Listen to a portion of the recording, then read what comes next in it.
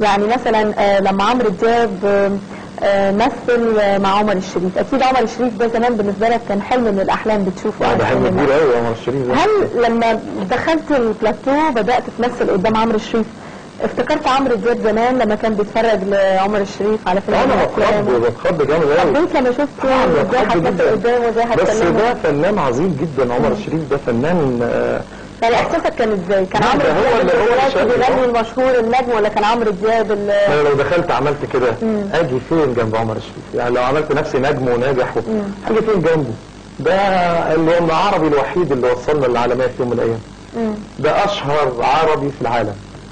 طب كان احساسك ايه وقتها انت جواك كعمرو دياب؟ لا طبعا احساس انا مش مصدق، يعني انا قلت ايه، انا همثل مع عمر الشريف وعامل دور والدي كمان.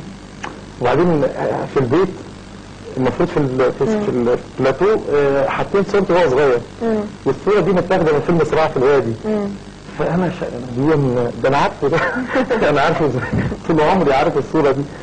فهو الحمد لله يعني هو كشخصيه هو اللي احتضن الموضوع، يعني هو اللي قربني منه. يعني برضو انا اكتشفت حاجات برضو عايز اقولها في نجومنا المصريين السينمائيين، انهم هم اكثر الناس اللي قربوني منهم. مش انا يعني انا كنت بخش خايف، بلاقي نفسي هم ناس بسطة وبيحبوا الفن وبيحترموا قوي الفنان اللي بيشوفوا قد ايه هو بيعرفوا قيمته ومش متكبرين تماما، وعندهم ثقافة عالية جدا، درجة عالية جدا من الوعي الفني.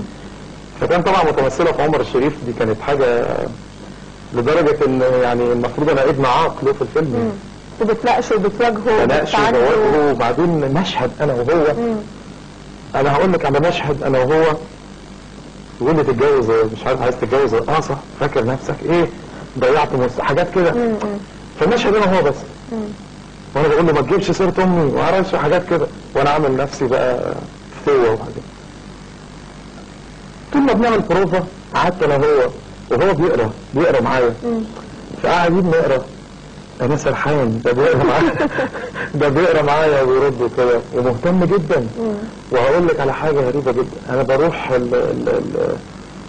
بحكم شغلي وحكم سهري بروح المكان ممكن اتاخر ربع ساعه نص ساعه، بس بحب اروح في ميعاد بالذات في السينما علشان احضر نفسي قبليه. عمري ما رحت قبليه، هيجنني. يعني التزام غير طبيعي لدرجه ان انا فجاه قلت طب انا رايح قبليه. رايح قبل اللوكيشن بساعه لقيته. يعني هو بيعلم، دول ناس علمونا الالتزام، علمونا حب. الراجل مش محتاج يمثل مع عمرو دياب ومع غيره، مش محتاج يكبر من النجم، ده جواه الفن اللي جواه، عايز حابب الجزئيه دي، فقاعد وجاي من بدري ومهتم وبيحفظ.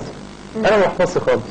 فانا في المشهد ده انا مش بقول كلام كتير، فانا ابتدينا نقول اكشن وابتدى يمثل وبيعمل ماشيه كده ويلف، وانا سرحت خالص قاعد سرحان فيه. يجي عليا الدور ما اقولش، يقول لي ستوب وبعدين هو ما يزعلش.